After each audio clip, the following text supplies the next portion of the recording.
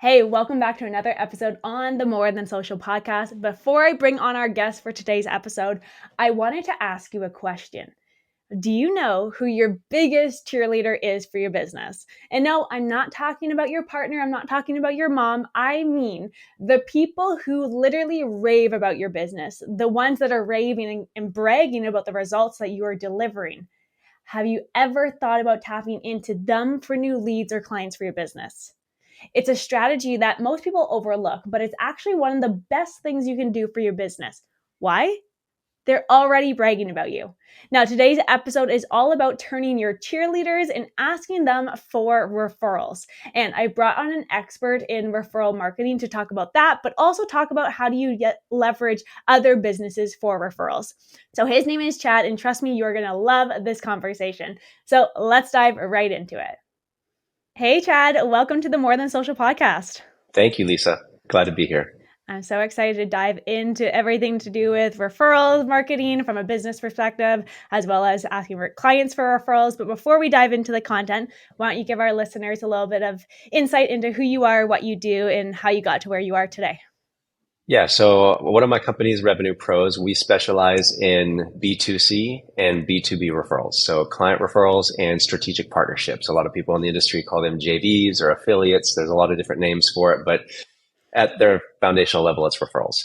So we deal with the psychology behind what actually would motivate people to want to refer you and do it proactively versus reactively, which is what most of the industry suffers from, the reactive referrals, if referrals at all.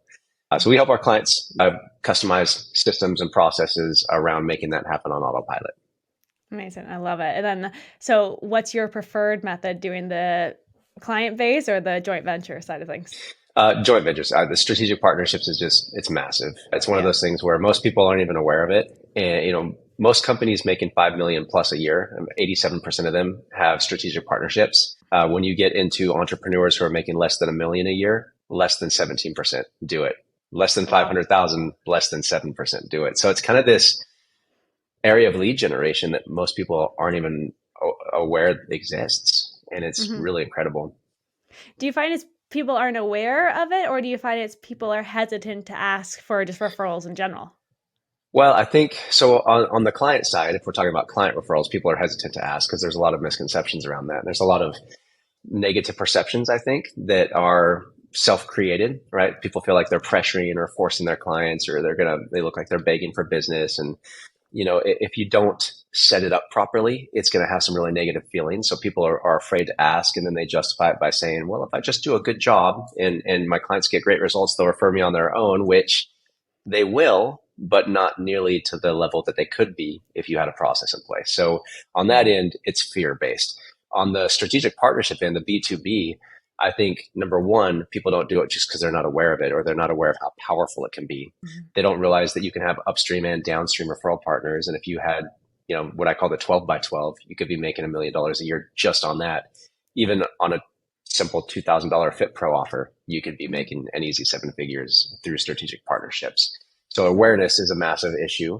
And then the people who are aware typically have a handshake conversation where they're like, hey, can you have me do a presentation in your group or in your Facebook group or on your stage or whatever?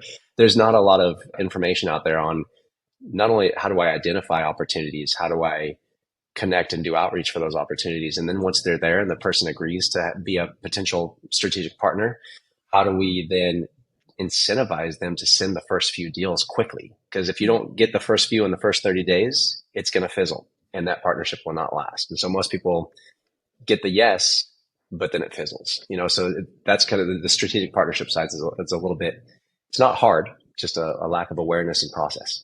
Yeah, and it's a little bit more in depth than the client side of things. So let's start with the client referral side of things, and then I would love to talk about the JV side of things and the affiliate. Sure. So with the client, so obviously your client, let's just say you got incredible results with your clients. Like you said, they may slowly just trickle in those referrals if it just happens to come about. But is there any specific things that we should be doing right off the bat with our clients to get them to send us referrals? 100%. Yeah. So this is what I call referral priming. And so there's three major pillars to client referrals. Priming, which is the warm up. That's how you get them excited about and wanting to refer you really from day one. You start doing this on your onboarding call. And then timing, which deals with when do you actually make the first direct referral request and how do you set it up so as to engage reciprocity and have them wanting to refer you by the time you actually get to the referral request, they've likely already referred you if you prime them well enough. Mm-hmm. And then the third pillar is reminding, which is, once they've referred you once, they can refer you over and over and over again. You can create those referral centers if you do it right. So reminding deals with how do we keep them engaged and wanting to refer us time and time again without being annoying, right? And being like, oh, I got a referral program. If you know anybody, don't forget to send them my way, which people hate, right? Or that we get a text or an email that's like, don't forget to refer us, right? So there's some really amazing processes to remind and keep your clients engaged without annoying them. Okay. Now, So how do those you are prime them to start it even? Yeah, so there's a couple steps to priming. So one of the biggest obstacles to referrals is the fact that your clients just aren't even conscious of the fact that they should or could be referring you. It's not that they don't want to or they can't. They just don't know how because nobody's taught them. They don't know that they should be doing it because nobody's talked to them about the opportunity. And there's no urgency for them to do it. They just feel like, oh, I'll do it later on, right? Mm-hmm. And so when the thought crosses their mind, if there's no urgency, then it's just like a passing thought bubble that goes away and it's out of sight, out of mind. And if they don't know how to do it, a lot of times the mental energy that it takes to think about, okay, how do I tell this person? How do I connect them? Where do you want me to connect them? Like that mental bandwidth is just not worth it in the end. And so they don't actually ever take the action. And so, we teach our clients in the onboarding call or during the onboarding process, however yours is, to introduce your referral program to them, let them know what all the benefits are for them and the people they refer. They have to have double-sided incentives, and the incentive for the prospect is much more powerful than the incentive that's for them. Most referral programs only incentivize the person making the referral, but you have to have a high perception of value for the people they would be referring to you that would make them want to proactively approach those people versus like wait to get asked. Mm-hmm. You introduce the program to them, let them know all the benefits, teach them how to do it. And so, with our clients, we build instruction lander pages. We build automations. There's a lot of things that we do to make this easy. And then you have to create some urgency for them to refer you in that first 30 days. Because if they don't refer you in the first 30 to 60 days, the probability that they ever will drastically decreases. If you can get them to at least take the action of making a referral in the first 30 days, whether or not that person signs up, you can create a referral center really easily. That's where all those referral centers are created. I have a question about that, and sorry to interrupt. Sure. So if they're doing it within the first 30 to 60 days, let's just say, so with my clients, most of the build out of the entire projects that we run for our clients are about 2 to 3 months to build out. So are you actually starting this referral process, in my case, during the build out stage, or would it be 30 days that you've launched their system? Let's just say they're starting to get results within that first 30 days, and that's when they're starting it. Yeah, no, first 30 days before they even get results. Most people refer you before they ever get a result, and that's fine. We don't want them to wait until they get a result because that's where all the problems come up. And so we incentivize them higher to make a referral earlier. And on the onboarding call, we let them know like, hey, listen, you don't have to sell anybody, just tell them, right? And so there's like a little process we take our clients through, but essentially what we're doing is we have like a standard referral incentive and we have a bonus incentive. So like a top tier. And if you make that first introduction in the first 30 days, regardless of whether they are enrolled or not, you hit the top tier, and it's a massive difference. So like for me, with our stuff, our standard referral incentive to our clients is $200. Okay. But if they make an introduction in the first 30 days, regardless of whether they sign or not, we consider them a strategic partner and we 10x it. So that referral incentive is actually $2,000 on the back end. Plus, we go out and we pre-negotiate a joint venture relationship for them. So we actually broker a JV for them as well. So we literally give them passive income. And all they got to do is make an intro in the first 30 days. The person doesn't even need to enroll. I just want them to take the action of making the referral because once they've done it once, now it's ingrained. They know how to do it. They know what to say. They know how to do it. They've done it before. And when the opportunities come up or they notice them, they're much more proactive in taking those opportunities. And so most of our clients, like we've had people refer us up to 60 people in the first 30 days just because they get on a roll. So amazing. And then so the goal is to get that first referral in and then you throw them into the JV side of things. Exactly. Yeah. And so it's like, hey, listen, we'll be a downstream. And so, we treat them as if they were a joint venture partnership. So there's a lot more love and care and tenderness that we put into the relationship with them if they make that introduction. And again, we let them know like this person doesn't have to sign up. We just want you to take the action. We want you to see how easy it is. And, so so we're very transparent about it. And at the same time, it's valuable for the person that they're referring to us because regardless of whether the person they referred to us signs up or not, we still hook them up with like one of our $6,000 products for free. And so it's like the goal is to make them either feel stupid or selfish for not referring somebody. Like your incentive for the prospect has to have such a high perceived value that your client would feel dumb or selfish to not tell other people about you. So sorry, the prospect would get the product regardless if they sign up or not? Yep. Or what's the client? Okay, got that. Yep. I didn't know if that So was the yeah, client. so it's a high perception of value so the prospect incentive is kind of like the holy grail of referrals. Like if you can get the prospect incentive right, it's something that's very leveraged, doesn't cost you money, that doesn't take a lot of time or effort on your end, but has an incredibly high perception of value. And that takes some brainstorming. But if you can get that, it's like Hormozy's $100 million offers. We're creating $100 million back-end offers, like the irresistible back-end offer that makes it all work.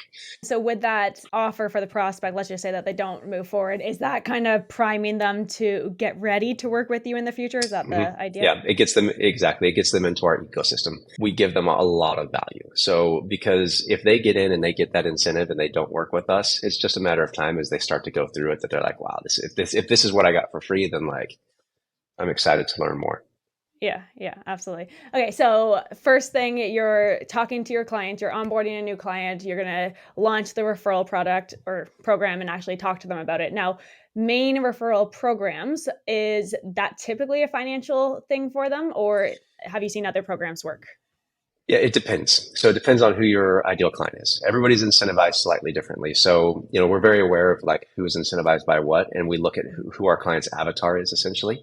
So if you're working with men or women over the age of 40 who are a little bit higher socioeconomic, they're making 8,000 plus a month, they're usually not going to be nearly as incentivized by cash as somebody who's maybe 20 to 30 years old who is maybe not in that socioeconomic category, or who's very like business owners are highly incentivized by cash incentives because they can just drop that right back into their business. But if it's somebody who's not a business owner, they're a teacher or they're a nurse or they're a firefighter, like, they may or may not be as incentivized by cash, right? A lot of people, here's the thing with the incentive, and this is where most people go wrong. They feel like they can just throw money at their clients and their clients are going to want to do it. And if you're throwing money at the wrong people, it's actually going to cannibalize your referral program. Like they're actually going to feel sleazy about it. And because, besides the will to survive in human beings, the will to matter is the next deepest human motivator, right? That need to be wanted and feel important. It's social capital. And that's why they're going to refer you at a foundational level. And if their friend finding out that they got paid money is going to decrease their social capital, they're not going to do it.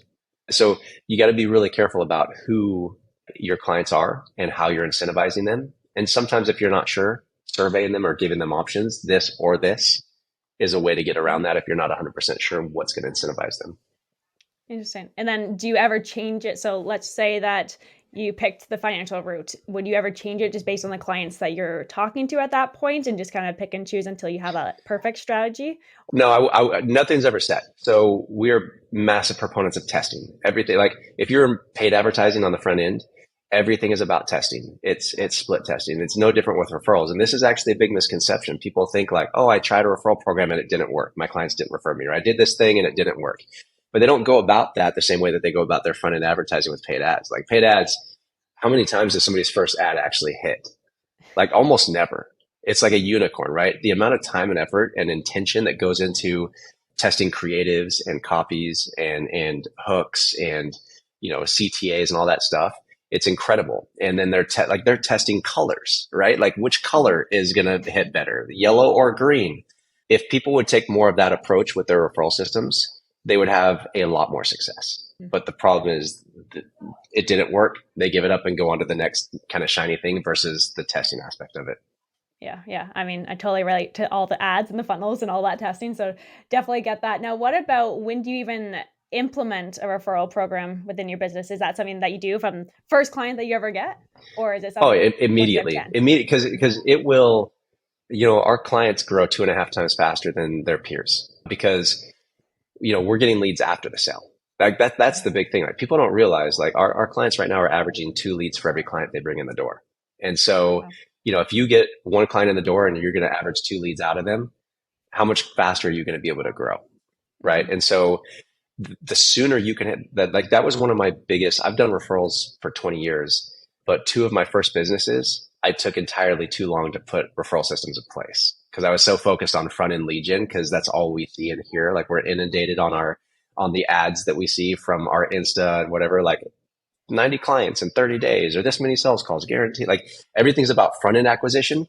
But what people don't realize is 80% of the Fortune 500 companies agree that referrals and retention are more impactful for their company than front end acquisition. Absolutely. Well, they're So, warmer. They're warm at that point. well, they're, Someone else has already like put you on a pedestal, essentially. yeah, closing ratios are better, lifetime value is longer and higher. Somebody that comes in on a referral is already 4 times more likely to refer on their own without even having a referral program in place. And then the retention side of things, which we also do, which is that client lifetime value. So we work with a lot with our clients on ascension and cross sales and downsells and all that stuff. Like essentially, how do you keep them in your ecosystem forever? A client on the back end of your business should be worth 6 to 7 times more than the first time they paid you. Love it. So Love it. yeah, so if I were starting a business and had like the first thing I put in place would be a referral and retention system before I even started bringing on clients, because I would grow so much faster once I did start bringing them in. Yeah, that makes so much sense, actually. So then what about, so if they're just starting with their client base, then what you talked about, if they start referring, then you turn them into the joint venture strategic partner side of things. So explain that side of things. Well, yeah. So, with our particular clients, we turn them into like a strategic partner because we pay our strategic partners more. It doesn't necessarily mean that we would consider them like our definition of a strategic partner. We have what we call a 12 by 12. So it's like, we're always looking for 12 upstream partners, which are partners who serve our clients and they send us business, right? So we get new clients from them and we usually give like 20%, back to them for having said, referred those clients to us when they enroll. That's what most people think about when they think about strategic partnerships. But where it gets even more powerful is our downstream. So we've basically taken a look at who our ideal client is and who our current clients are. And we've identified every single product or service that they might want or need over the next 24 months. We've identified and we've gone out and vetted the people who either provide or have access to that. And then we've negotiated discounts for our clients that they couldn't get on their own, even if they found them on their own. So our clients are going to get those products and services anyway.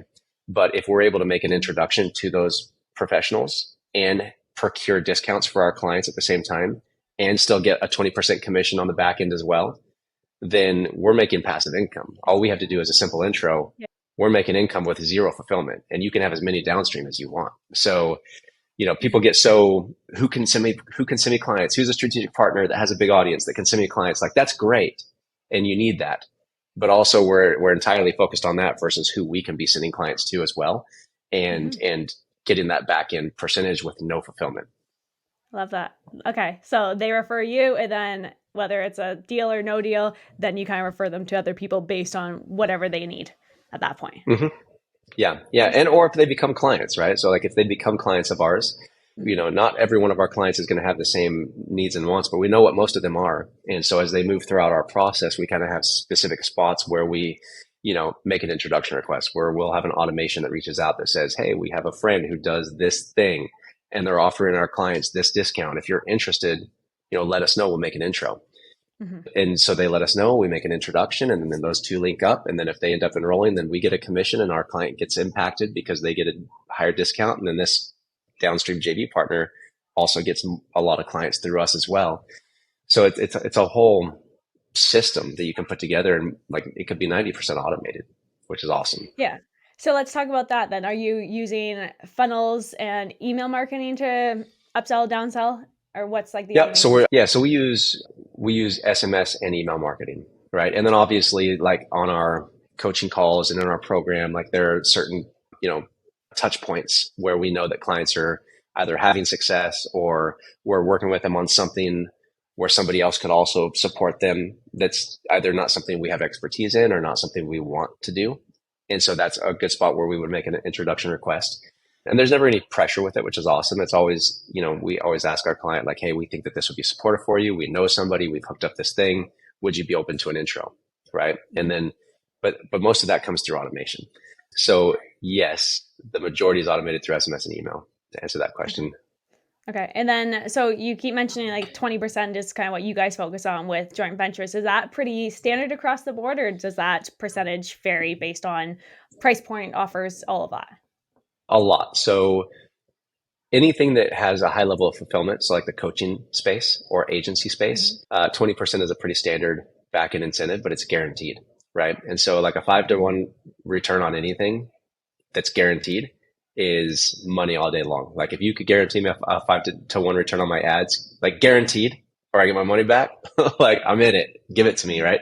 And a lot of times it can be more than that because that's not even taken into account our ascension, right? So our clients are, usually 4, 5, 6, 7 times more valuable in the back end. So we're actually, when it's all said and done, getting closer to like a 40-to-1 return, even with the upfront 20%. So those are things that people aren't thinking about. But for high fulfillment companies, 10 to 20%, 20% is more standard. If it's like a software, like a SaaS company where there's no fulfillment and it's just like a monthly thing, usually 30 to 50% is what you'd see be standard. But there's some people that will do up to 70% on SaaS type things. And there'll be some other companies who do up to 30 or 40% on high fulfillment things. And those are people that are going to get a lot more business initially because they pay a higher percentage. So we always teach our clients, like, get your downstream, the people that are paying those percentages, keep your bench. But if you find somebody who's really good that's paying a higher percentage, then that's a good person to downstream to. It's like for me, for example, I'm usually looking for people who are very proficient in what they do, but that are a little bit newer in the industry because they pay a higher percentage than people who have been around for 10 or 20 years and already have that word of mouth going for them and they already have that market saturation. They're going to pay a much lower percentage. And so it doesn't really support us to send big companies like that business if we're getting 10% versus one over here that isn't maybe quite as established, but we can support and help grow and they're paying us a higher percent commission on the back end, then that's who we're more looking to identify. Unless this company is a synergistic relationship where we send business back and forth. In that case, Yeah. we weigh the pros and cons of that. Okay, interesting. So me and you, we're talking about we work with other business owners, so this makes total perfect Mm-hmm. sense. But what about the clients who, let's say, a mortgage agent who works with just everyday people, not business owners necessarily, so just customers or clients? Does this work the same thing if it's not a business owner that you're working with? Yeah, so you got to be careful about what industry you're in. You can make it work the Okay. same, but there are certain industries that have like acts of Congress where you can't receive kickbacks for referrals, right? So like Okay. if you're in real estate, so you mentioned mortgage or real estate, you have RESPA, which so you can only pay a certain amount for referrals and it can't be directly attributed to the referral itself. There are some gray areas and ways to get around that. I actually started out building these systems in the mortgage space, so Okay. I'm very aware of that. But with your strategic partnerships, it has to be more of a symbiotic relationship versus like a paid relationship. Okay. Another one would be like, wealth advisors or anybody governed by the SEC Hmm. would be another one, industry where you're going to be a little bit more handcuffed or, insurance agents. Those are industries which we don't directly work with as well with our company because we're so highly, incentive theory is a big part of what we do because it's a massive part of being able to really grow businesses. So those industries, it's going to be a little bit tougher, but you can still make it work. And it's unfortunate because most of those laws and regulations were put in the 1970s when Facebook and Insta and Google didn't exist. So the only form of Hmm. advertising was a billboard or referrals. And so, Yeah. there's these acts of Congress from the 70s that haven't been refreshed. If you can pay Facebook a bunch of money to, invade somebody's space on a phone, you would think that somebody making an introduction wouldn't be nearly as, bad for privacy. But back in the 70s, it Yeah. was. So just a lot of outdated regulations in those industries, unfortunately. The medical Yeah. industry is one that a lot of people in that industry, like chiropractors and physical therapists and people doing med spas and hormone therapy and all that stuff, like they are afraid that they can't do this because they're governed by HIPAA and AKS anti-kickback things. But Yeah. what they don't realize is there's a lot of safe harbors that we can actually use to make this work really well for them. So like a perfect strategic partnership is, let's say, a chiropractor to a high ticket fitness professional, because the fitness professional is going to do what the chiropractor doesn't. It's an easy introduction for somebody who needs that support. And it creates for a really amazing joint venture relationship where the chiropractor would be the upstream to the fitness professional and the fitness professional would be the chiropractor's downstream, or vice versa, a fitness professional to somebody who does hormone therapy, right? So people Hmm. working with women over 40 who are helping them with their fitness and nutrition and other things. There's some hormonal issues that the fitness professional is not going to be able to support with. So having somebody that they can refer those women to who's really going to support them, that's another amazing strategic partnership opportunity, right? So there are lots of these things, and we see them every day. Here's the thing that most people don't realize with strategic partnerships: you see them every day and you don't even realize it. Like, what is it? Uber and Spotify. That's a strategic partnership. Spotify lets you listen to your music inside of Uber and, roll it through Uber. I think it's Uber. It's either Uber or Lyft. I think it's Uber. Okay. But you have to have Spotify to do that, right? Or like T-Mobile and Taco Bell. Like, those are two you would never think about. T-Mobile literally buys you tacos you get a free taco every Tuesday if you're with T-Mobile. Like, people will keep renewing just because they want their weekly taco. And it costs T-Mobile like what, 50 cents probably at Taco Bell's wholesale rate to buy a taco for somebody. And so over 52 weeks, that's $27 that T-Mobile pays for this client. But this client's renewing at like 12 or 15 or $2,000. It's a pretty amazing return on your investment, right? And Taco Bell is they're just like happy because they're selling more tacos. Because when the person goes into Taco Bell, they don't just get the free taco, they get a drink and maybe something else and their little gordita or whatever, It's an amazing strategic partnership. BMW and Louis Vuitton, another one. Like both luxury brands, both have the similar avatar. Louis Vuitton did a custom bag, like a set of 6 custom bags for the 2019 i8. You couldn't get these bags unless you bought the i8, and they built them to fit perfectly inside of the i8, right? So like, that's funny. They sold a lot of i8s and got a lot of Louis Vuitton bags that are like very sought after. So they're happening every single day. And you walk by them, you see them on TV. Everybody that is making 5 million plus annually is in the know. And it's kind of like that cool person's club that's like a secret club that nobody really talks about for companies making less. So we're really just trying to make that available for everybody. Yeah, I mean, you see it a lot like in the online coaching courses communities. So it's like, yeah. What is it? Yeah, you see them all the time. I mean, was it Mastermind with Tony Robbins and Dean Graziosi, one of the most successful joint ventures ever? And so, and they brought in everybody. I mean, you had Russell Brunson was in on that, and like literally everybody who was anybody was an affiliate, i.e. JV, for that specific thing. That's at a large scale, but on a small scale, again, like you could be a business barely making 6 figures. And if you can land 3 or 4 JVs on either side, that could explode your business. It just takes one. Yeah, amazing. I love it. I love it. You got my brain thinking about things to do. So last question for you about JVs. What should people do to even start at this point? Let's just pretend they're just listening to this and they're inspired and they want to create more referrals within their business. What do you recommend? How do you start? Yeah. So first thing is just brainstorming, like identifying, right? So like who do I serve and who else is this person working with this year, or who else serves that audience, and start like making lists of those people. And then number 2, do I know anybody that's in that list? Is there a warm connection that I can reach out to start having this conversation? And then once you land your first one, you basically just reverse engineer that into an outreach process that you can start, like just go scrape a list of 1,000 of that same person and you just start reaching out, right? And so there's a whole process for it, but identifying it is the first step in that, which is arguably the hardest because it's not a mainstream, because, they've taught us what are the 2 main forms of lead gen that everybody's talked about, like organic and paid, right? You're either doing paid ads or you're doing like organic content creation on social media or doing a podcast or a book or whatever it is, or referrals. But nobody's talking about like this in between, which is that strategic partnership, which is really kind of like the secret accelerator that's available for people. But identification is hard because not everybody is in awareness. So like you and I might be perfect strategic partnerships or a perfect strategic partnership.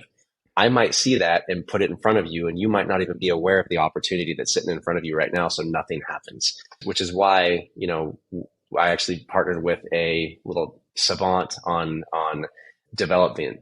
He's a developer. He's developed multiple dating apps and sold for millions. He built 22 apps, which is like a kind of like ClickFunnels for app builders. Yeah. But we just built what we call Lead Swipe, which is the first ever strategic partner matching app that's going to come out in September. So it's going to make identification easy, and it's going to get rid of the problem of awareness as well, where instead of swiping for dates, you're swiping for dollars, right? And so, but it's with strategic partners who the AI algorithm, which is incredibly powerful, knows based on the probability of a match, like who you're serving, what your audience size is, what your list size is, what you're looking to do, your offers and offer price points and commissions. It takes all this stuff into account, as well as some personality questions.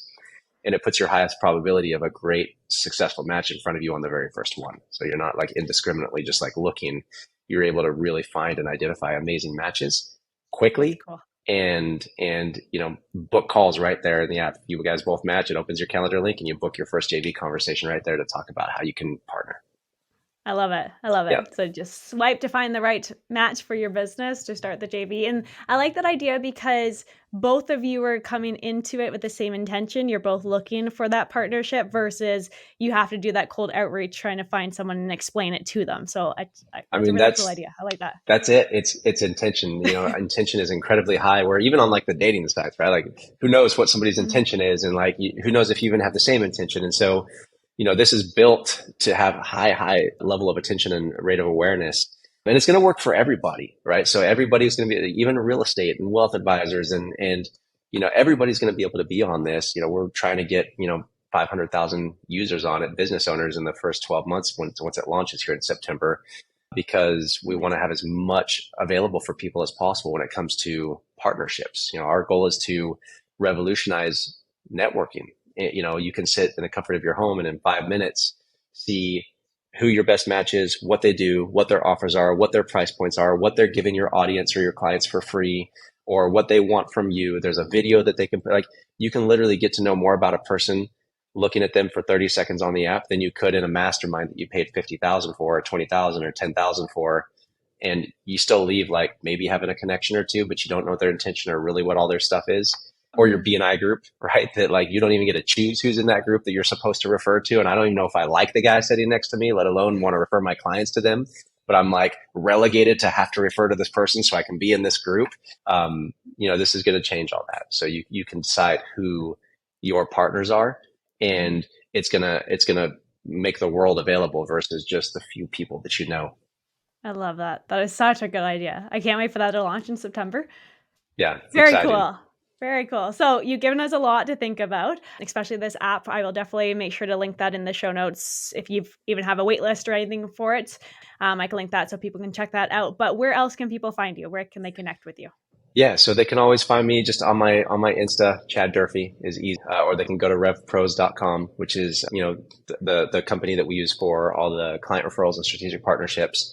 I'll also give a calendar link to my team, because everybody that's listening, if they want to get my B2C referral course, which is we sell for $5,800, we'll give that to them for free, as well as we'll let them pre-register for the app. So when the app first comes out, they're going to get first dibs on getting on it and getting access to everything. And so, we'll give them all of that for free. Amazing. So you want to get them on the call first to get access to both of those? That's the idea? Yeah, the goal is for us to just make sure that they're even a fit for either one of the two. And if they are a fit for the B2C course, we're going to give them basically best practice on how to use it. And then if they're a fit for the app, we'll make sure just to get their information so we know who to reach out to. Amazing. I love it. Thank you so much. That's so kind of you. Last question for you. So I always end all of my interviews off with this question. What is one piece of advice that you can give a fellow entrepreneur? It doesn't have to be a referral marketing standpoint, just anything the biggest advice that you can give a fellow entrepreneur. Yeah, honestly, I've got so much of that. I think the one that's probably the most relevant is, I think so often as entrepreneurs, we're so focused on the end goal and the outcome and where we want to be.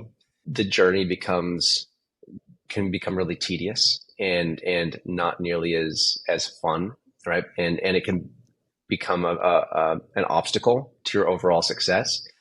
And so as you grow and hit levels, the problems that you have now that you feel like, if I could just fix this, like everything would be great, there's going to be a new set of those just at a different level. And so being able to learn how to, take those and enjoy them, and kind of like the Obstacle is the Way book, it's a great book, like see that as a moment in time in your journey and appreciate it. I think if I could go back and do it again, I would have done a lot more appreciating and enjoying it, even though I'm in the middle of struggles that are painful and very difficult. And, 1 month you're like, I'm going to be a billionaire. And the next month you're like, I'm going to be living under a bridge with my kids.